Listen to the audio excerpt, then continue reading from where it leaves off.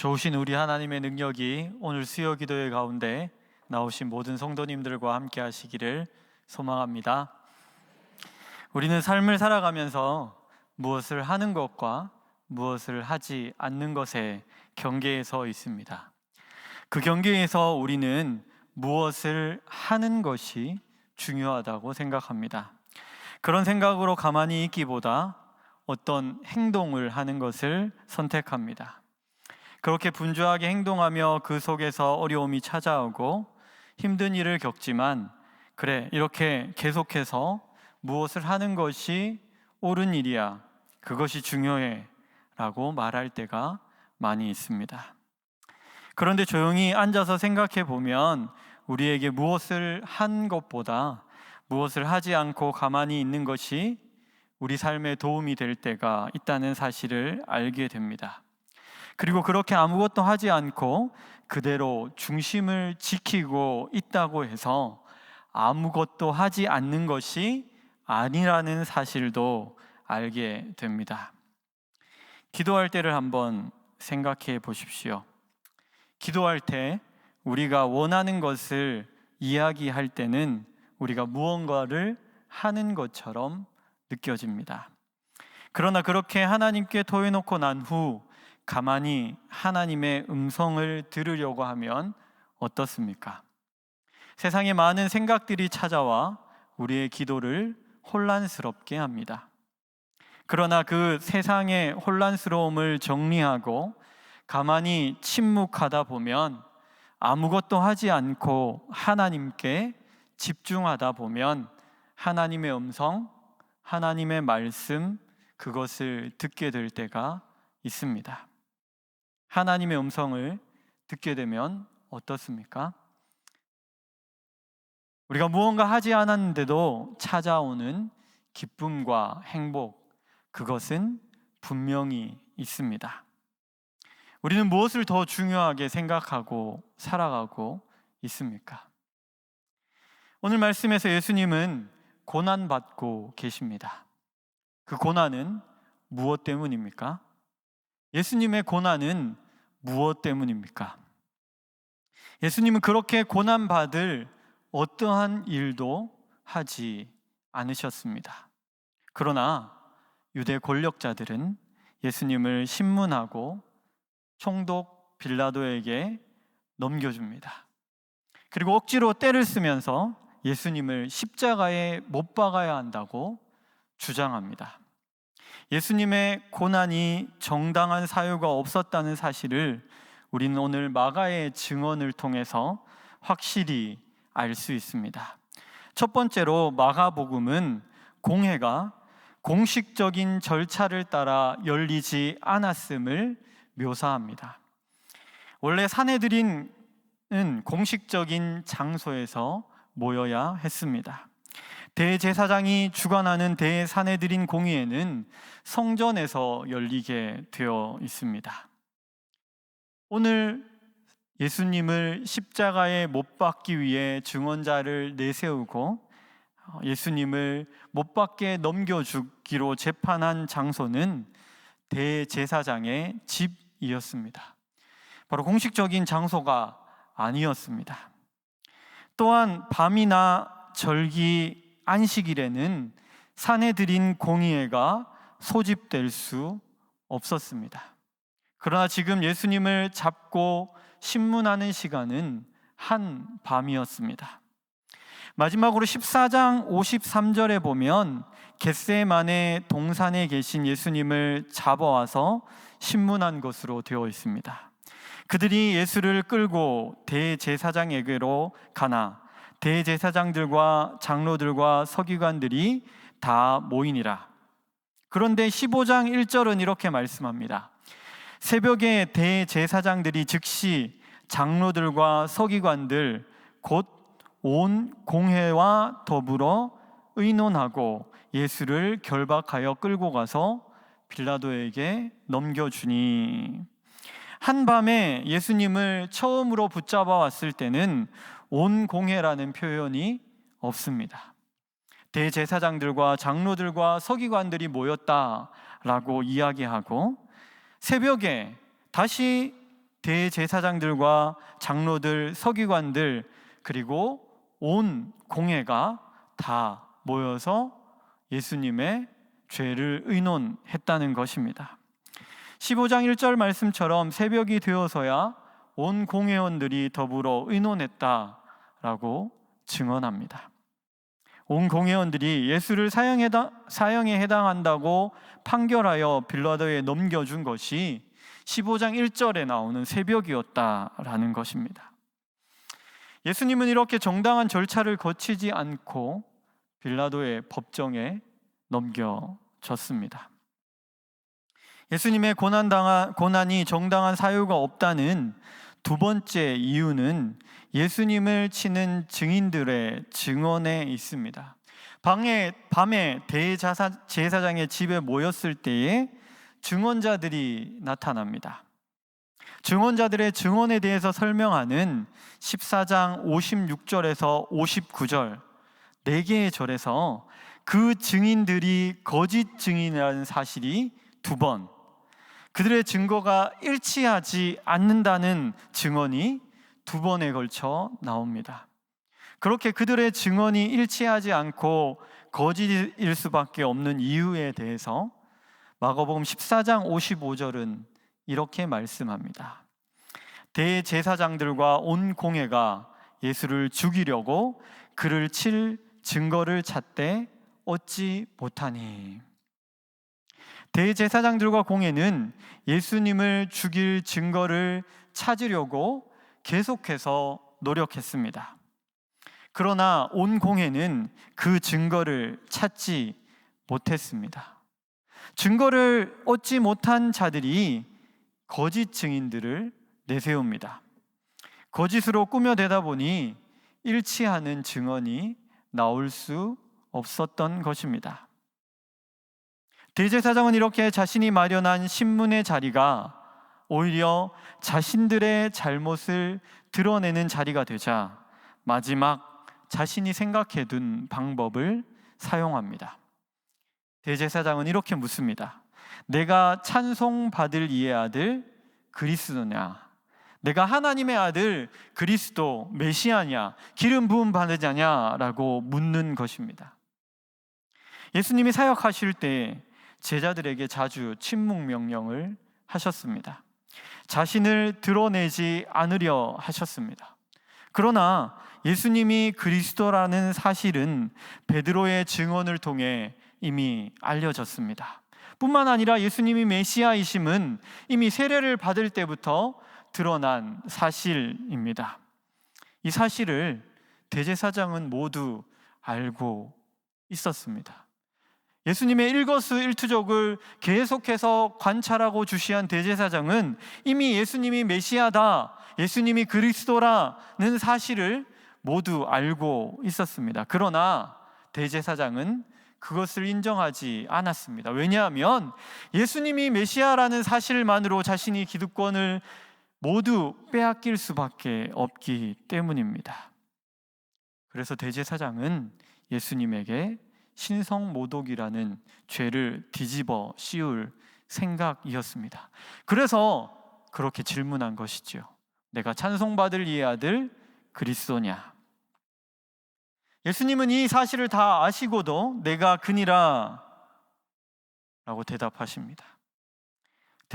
대제사장은 예상한 답변이 나오자 홀로 판결을 내리고 그것을 공회원들에게 강요합니다.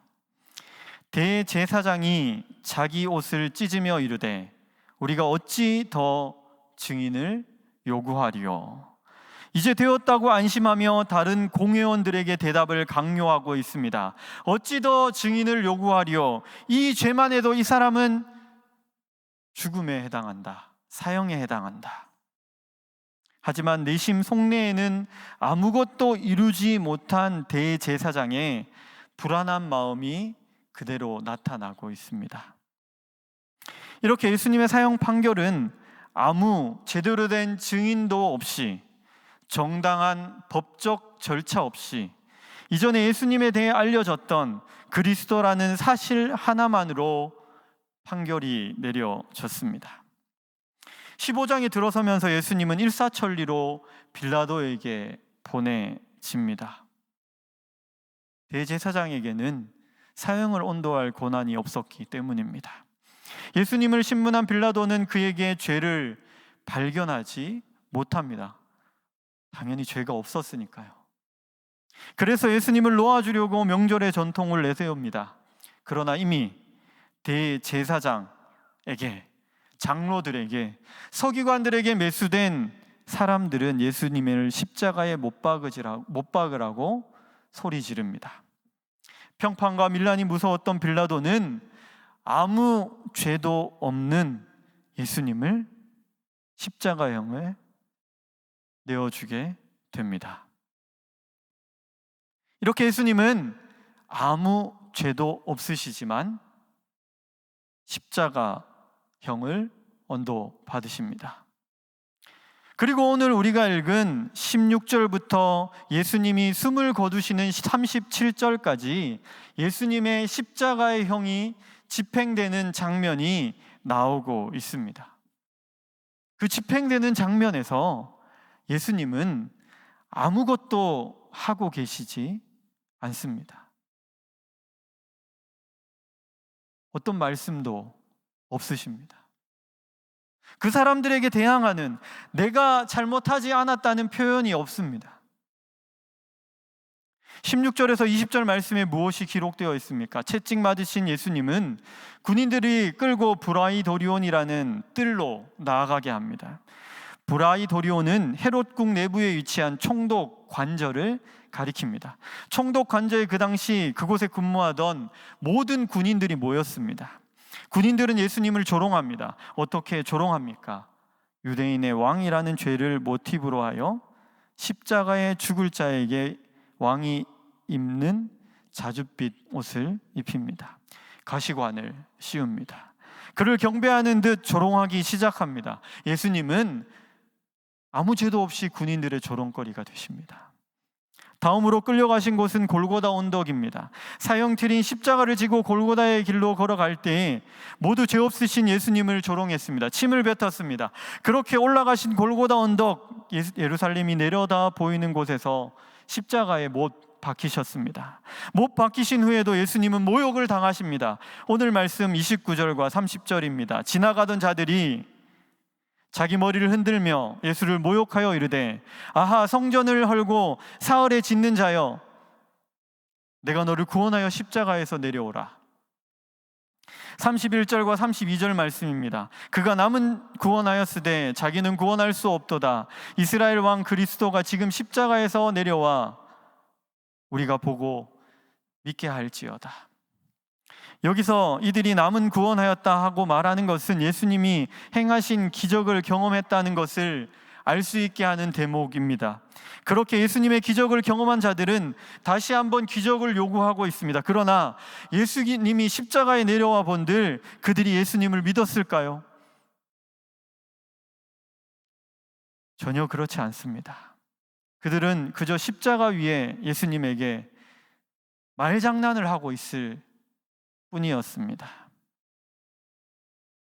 예수님의 재판은 절차와 증인 없이 이루어진 재판이었습니다. 빌라도도 예수님, 사람들에게 떠밀려 예수님을 자신의 평판을 위해 십자가형에 넘겨주었습니다. 십자가에 못 박히시기 전에도, 십자가에 못 박히시고 그 후에도 예수님은 전혀 들으셔서는 안 되는 말을 들으셨습니다. 그런데 이런 부당함에도 예수님은 그대로 계십니다. 원래 예수님이 예루살렘에 오시기 전까지, 그리고 예수님이 예루살렘에 오셔서 초기에는 예수님은 스스로의 의지대로 길을 걸으셨습니다. 그러나 지금 예수님은 자신의 길을 스스로의 힘으로 걷고 계시지 않습니다. 붙잡히시고 나서는 오히려 타인에 의해 끌려다니십니다. 어디로 가실지, 무엇을 해야 할지 전혀 스스로 판단하고 결정하지 못하시는 상황에 내몰린 채 그저 그대로 계시기만 할 뿐이었습니다. 하나님의 말씀을 전한다는 이유만으로 사랑의 마음을 가지고 다른 사람의 아픈 것을 위해 기도해 주었다는 것으로, 하나님의 나라가 가까이 왔다는 선포만으로 미워함을 당하고 부당한 대우를 받으며 처벌을 받는다? 우리는 어떻게 할까요? 믿음을 가지고 그대로 살아갈 수 있을까요? 오늘 말씀에서 하나님의 뜻을 이루기 위해 그대로 계시는 예수님을 통해 말씀은 우리에게 무슨 말씀을 하고 있는 걸까요? 하나님 나라는 그저 그대로 있으면서 다른 사람에게 끌려다니더라도 자신을 위해 입을 열지 않고 믿음을 지키는 순간에 이루어지고 있다는 사실을 오늘 말씀은 우리에게 말씀하고 있습니다. 예수님의 침묵으로 하나님의 나라가 세워지고 있다는 것입니다. 예수님의 그런 모습 때문에 우리가 하나님을 만날 수 있는 존재로의 길이 열리게 되었습니다. 예수님 때문에 하나님과 다시 화목할 수 있는 존재가 되었다는 것입니다. 예수님의 침묵 때문에, 예수님의 그대로 계심 때문에, 예수님이 아무것도 하시지 않는 그 모습 때문에 우리는 하나님을 다시 만날 수 있는 존재, 하나님과 다시 화목할 수 있는 존재로의 길이 열리게 되었다 라는 말씀을 오늘 말씀 우리에게 하고 있습니다. 우리는 이런 예수님과 같이 세상을 화목하게 하는 존재로 불리움을 받았습니다. 고린도후서 5장 17절과 18절은 이렇게 말씀합니다. 그런즉 누구든지 그리스도 안에 있으면 새로운 피조물이라. 이전 것은 지나갔으니 보라, 새 것이 되었도다. 모든 것이 하나님께로서 났으며 그가 그리스도로 말미암아 우리를 자기와 화목하게 하시고 또 우리에게 화목하게 하는 직분을 주셨으니. 이것이 우리의 사명입니다. 그래서 우리에게 하나님은 믿음이라는 것을 그저 선물로 주셨습니다. 그대로 계시면서, 죽임을 당하시면서, 아무것도 하지 않으시면서 십자가 형틀에 못 박히셔서 그 직분을, 그 사명을 우리에게 주셨습니다. 믿음을 선물로 주셨다는 것입니다. 그 사명이 우리를 끌 때 우리는 세상에서 어떤 모습을 하고 있습니까? 우리에게는 분명히 믿음이 있습니다. 그 믿음의 삶이 우리를 어리석어 보이게 하고 아무 원인도 제공하지 않았지만 손가락질 받게 하며 고난을 당하게 할 때가 있습니다. 예수 믿는 것 때문에 힘들어 보신 적이 있습니까? 예수 믿는 것 때문에 눈물을 흘려본 적이 있으십니까? 예수 믿는 것 때문에 착하게 살아야 하기 때문에, 선하게 살아야 하기 때문에, 예수님의 사랑을 전해야 하기 때문에 눈물 흘리신 적이 있습니까? 그때 인간이라면, 그때 그냥 사람이라면, 믿음이 없는 사람이라면 무언가 해야 하지만 하나님을 믿는 믿음의 사람이라면 내 마음에 떠오르는 일들을 행동으로 옮기는 것을 멈추고 그대로 견디며 기도하며 하나님의 뜻이 행해지도록 하나님 앞에 나아가는 사람이 되어야 합니다. 인내할 수 있어야 하죠. 견딜 수 있어야 합니다. 우리의 그대로 있음으로 하나님의 나라가 이루어진다면 우리는 사명을 행하며 어려움을 당해도 믿음 안에서 손해보는 자리에 있을 수 있어야 한다는 것입니다. 우리는 하나님 때문에, 믿음 때문에 손해보는 자리에서 나 자신의 주장을 멈추는 침묵을 배워야 합니다. 예수님은 잘못된 재판 자리에서 자신을 변호하시지 않으셨습니다. 예수님은 고난과 모욕 속에서 침묵하셨습니다. 뺨을 치는 손에 대항하지 않으시고 가시관도 그대로 쓰셨습니다. 군인들의 모욕을 참으셨으며 십자가의 고통도 그대로 감내하셨으며 자신을 구원하라는 자존심을 땅에 떨어뜨리는 말에도 그대로 계십니다. 예수님이 이렇게 침묵하시고 가만히 있으셨던 이유는 앞에 말씀드린 것처럼 하나님의 뜻을 알았기 때문입니다. 이러한 침묵이, 이러한 대항하지 않음이, 이러한 싸우지 않음이 하나님 나라 확장에, 하나님의 뜻을 이루는데 도움이 된다는 사실을 아셨기 때문입니다. 침묵 속에 하나님의 뜻을 이루신 예수님처럼 화목하게 하는 직분을 감당하기 위해 우리는 어떻게 해야 할까요? 첫 번째로 기도합시다.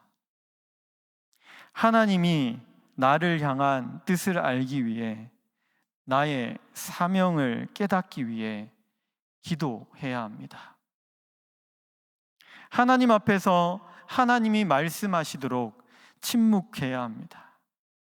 그렇게 기도하며 침묵 속에서 살아계신 하나님이 말씀하실 때에, 그 말씀을 내가 들을 때에 새로운 삶, 변화되는 삶으로 나아갈 수 있습니다.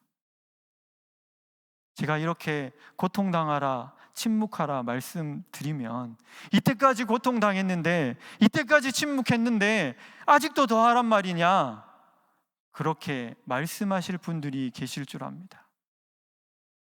그러나 예수님은 사명을 이루시기까지, 죽음에 이르기까지 침묵하셨습니다. 그것이 하나님이 주신 기쁨의 길, 하나님의 뜻을 이루고 그 기쁨을 맛보는 길이라고 확신하셨기 때문입니다.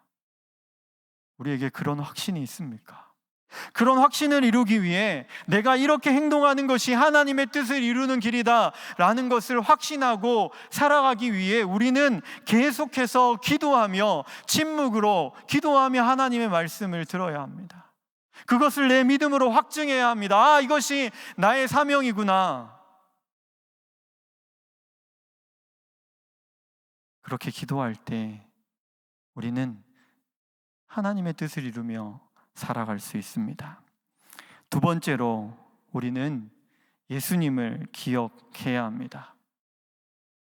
고난 속에서 그대로 계셔서 사명을 완수하신 예수님을 기억합시다. 만약 예수님이 십자가에 내려오셨으면 어떻게 되셨을까요? 만약 예수님이 모욕을 참지 못하셨으면 어떻게 되었을까요? 만약 예수님이 육체의 아픔을 견디지 못하셨으면 어떻게 되었을까요? 상상만 해도 끔찍한 일이 아닙니까? 예수님처럼 사는 것이 세상을 하나님께로 인도하는 사명 완수에 도움이 된다면 세상의 모욕과 고난을 참아야 합니다. 인내 속에서 하나님이 우리와 함께 하시는 줄 믿습니다.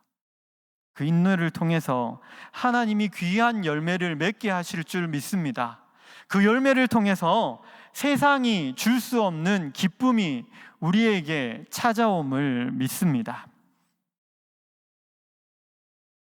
하나님의 뜻을 알기 위해 하나님이 말씀하실 때까지 가만히 기도하며 하나님의 뜻을 발견하시고, 예수님이 하신 것처럼 세상을 하나님과 화목하게 하기 위해서 어떤 어려움 속에서도 내 주장을 내려놓고 인내하며 믿음을 지키는 저와 성도님들 되시기를 소망합니다.